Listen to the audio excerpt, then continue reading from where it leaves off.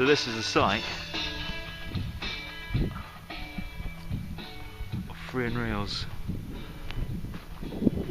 eco community. Look at that. I hope it does it justice.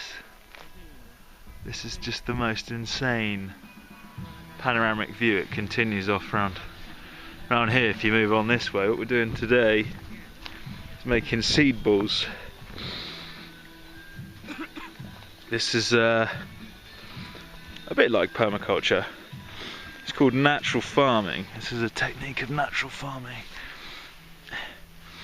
What these little chaps are is a mixture of mud and clay, soil and clay, and then a ton of seeds mixed in, and you just chuck them around the field. Just going to chuck them all around here. You can see all these trees, mixture of different fruit trees that planted a few weeks ago, fruit and nut trees, and then the soil's not too great. It's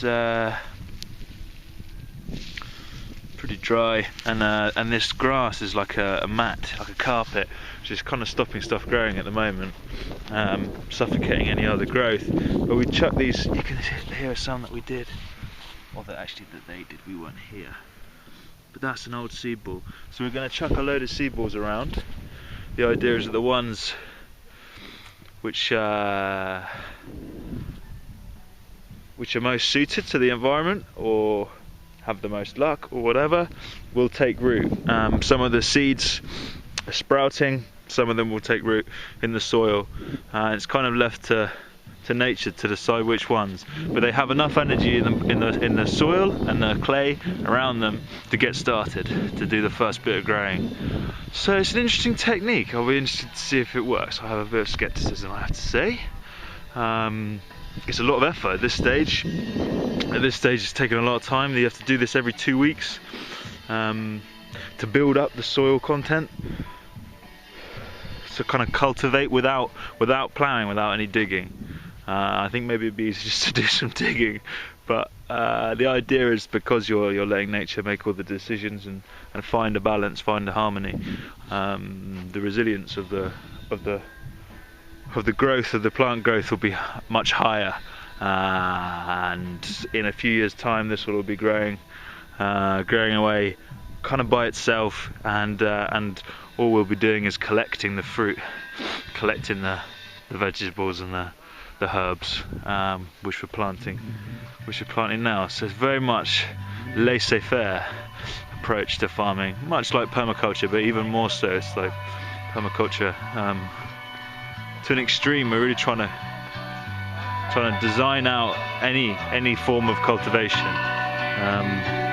So yeah, quite an interesting technique. But I just wanted to show the site, which is absolutely magnificent. This is one of the sites for the dome. This is the main dome, will be roughly here. You can see this path which leads around. Just see it going around the top of the hill there. It comes over all the way around here. This is a big circle. This is kind of a communal area. And then in the corners down here, one over here, we have yurt pods. One 40-foot yurt with a few sort of 12-foot yurts, maybe a bit more than that, coming off the main yurt.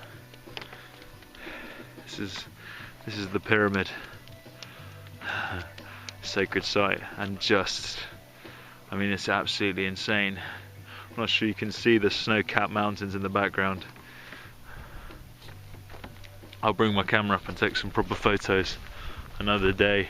There's also an area just a few minutes walk over here where they have a spring. They pipe the water from the spring, but the site of the spring is a whole load of kind of really ancient trees. I can't remember the name, but it's just the most beautiful place. It's so chilled out. It's a nice area to go. It's kind of like a sacred space, if you like, somewhere to go and relax and just change the mood, change the atmosphere completely. You can just see over there, the top of those kind of grey-brown trees. It's a little nest of them. Do some filming over there another time. This is it. Free and Reel.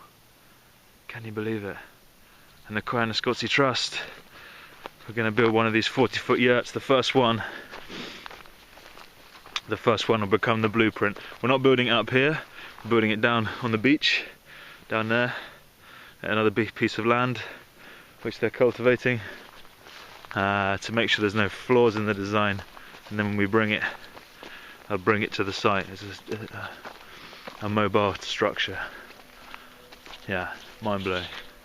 Anyway, check it out.